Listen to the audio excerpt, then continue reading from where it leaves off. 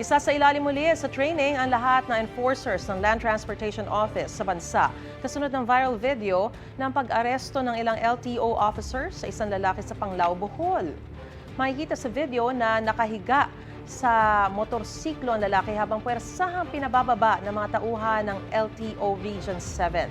Nakuhanan daw kasi siya ng kutsilyo pero depensa ng lalaki isa siyang magsasaka at gamit niya sa trabaho ang bitbit na kutsilyo. Ayon sa pamilya ng lalaki, kinaladkad at sinuntok umano ang kanilang kaanak kahit hindi naman siya nanlaban. Sabi ni LTO Chief Assistant Secretary Vigor Mendoza II, kailangan mag-retraining ng kanilang mga tauhan para masigurong hindi na ito mauulit. Tututok daw ang mga refresher course sa pagsunod sa karapatang pantao pati sa tamang pamamaraan ng pagpapatupad ng mga alituntunin. Sinuspindi na ng LTO Region 7 ang mga sangkot na tauhan habang nagsasagawa sila ng investigasyon. Nasa kustudiya naman ang mga pulis ang inarestong lalaki at inihahanda ang mga reklamo laban sa kanya.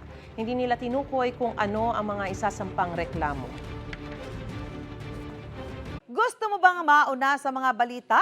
Mag-subscribe na sa GMA Integrated News sa YouTube at tumutok sa unang balita.